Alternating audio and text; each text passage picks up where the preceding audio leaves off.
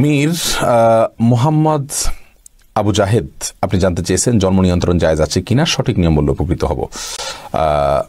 জন্ম নিয়ন্ত্রণ করা ইসলামী শরীয়তের দৃষ্টিকোণ থেকে জায়েজ রয়েছে দুটি শর্ত সাপেক্ষে।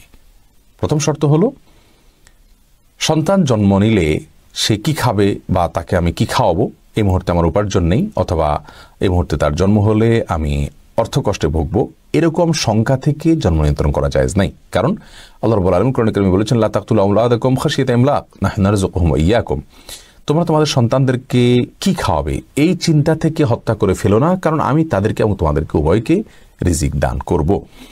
অতএব রিজিকের ভয়ে জন্ম নিয়ন্ত্রণ করা জায়েজ নাই।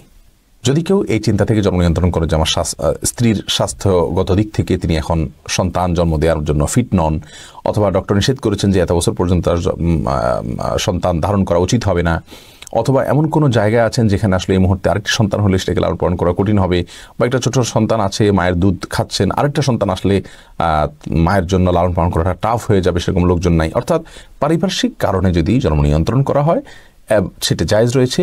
দ্বিতীয় শর্ত হলো যে যদি স্থায়ীভাবে না করা হয়, অস্থায়ীভাবে করা হয়, সে অস্থায়ীটা 2 বছর 4 বছর 6 বছর 10 বছর পর্যন্ত হতে পারে, সমস্যা নেই। যে অস্থায়ীভাবে জন্ম নিয়ন্ত্রণ যদি করা হয় এবং রিজিকের ভয় ছাড়া অন্য কোনো কারণে জন্ম নিয়ন্ত্রণ করা হয় তাহলে সেটি জায়েজ রয়েছে।